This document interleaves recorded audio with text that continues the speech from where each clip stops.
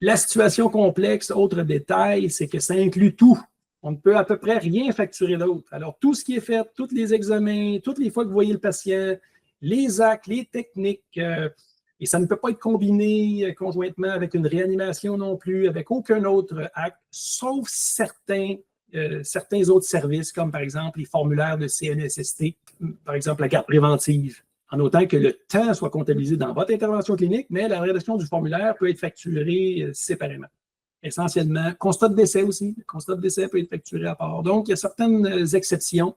Vous pouvez facturer les actes en autant que le temps pour faire ces choses-là soit inclus dans votre temps d'intervention en situation complexe, mais pour la complétion des formulaires, etc., c'est facturable à part.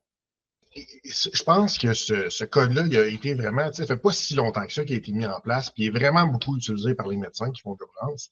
C'est important de faire une analyse de votre facturation aussi, puis pas toujours y aller vers la situation complexe par défaut.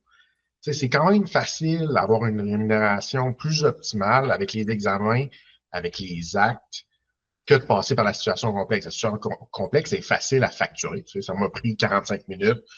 Bon, je facture 45 minutes.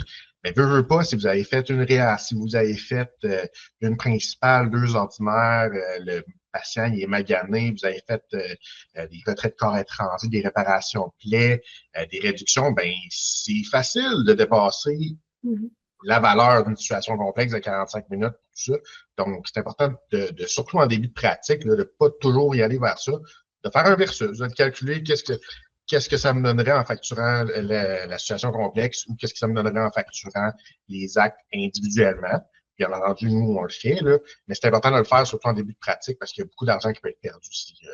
Très bon point, Patrick. Puis j'allais même dire, excellent point. Puis en plus, les examens pour les patients plus âgés sont plus avantageux monétairement.